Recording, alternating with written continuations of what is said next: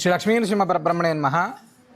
ఆశ్రిత భక్తవత్సలుడు, కోరిన కోరికలు తీర్చేటువంటి కల్పవృక్ష నారసింహస్వామి వారు స్వామిని ఆశ్రయించి ముడుపు కడితే చాలు సకల మనోభీష్టాలు నెరవేరుస్తాడు. ఇది ఉభయ తెలుగు రాష్ట్రాలలో కొన్ని వేల లక్షలాది మందికి తెలుసు.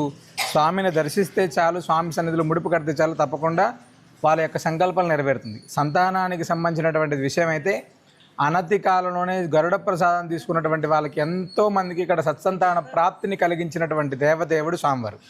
ఈ యొక్క దంపతులు స్వామివారి సన్నిధిలో గరుడ ప్రసాదాన్ని స్వీకరించిన తర్వాత చాలా సంవత్సరాలకు 10 సంవత్సరాలకు పైన వీళ్ళకు భగవద్ అనుగ్రహం చేత సంతాన ప్రాప్తి అనేటువంటిది కలిగింది.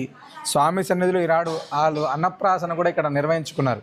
ఒకసారి వాళ్ళ మాటల్లోనే మనం ఆ యొక్క అనుభవాన్ని విందాం. నా పేరు వరలక్ష్మి అండి. మేము ఆశాపురం నుంచి వచ్చాము. మాకు ఇక్కడ గరుడ ప్రసాదం సంతానం కోసం ఇస్తారనేసి ఒక మేడం ద్వారా తెలిసిందండి. ఇక్కడికి వచ్చి మేము ఆ రోజు గరుడ ప్రసాదం తీసుకున్నాము. దానివల్ల మాకు సంతానం కలిగింది. ఇక్కడే మళ్ళీ దేవుడి యొక్క అనుగ్రహం మాకు ఎప్పటికీ ఎల్లప్పుడూ ఉండాలనేసి మళ్ళీ ఈ పాప అన్నప్రాసనం అనేది ఈ ఊళ్ళోనే చేయాలనేసి మేము కోరుకున్నామండి. అదే ఆ విధంగా ఈరోజు మేము ఇక్కడ అన్నప్రసాదం కూడా చేసాం. జయ లక్ష్మీ నరసింహ. ఇక్కడికి వచ్చాకే కదా నువ్వు వచ్చావు, ఇక్కడికి అన్నప్రసాదం పెట్టుకున్నావు కదా, ఇక్కడికి వచ్చాక నువ్వు రావాలి. మరి ఎప్పుడైనా స్వామివారి దగ్గరికి వచ్చేయాలి మామ అనుకుంటా.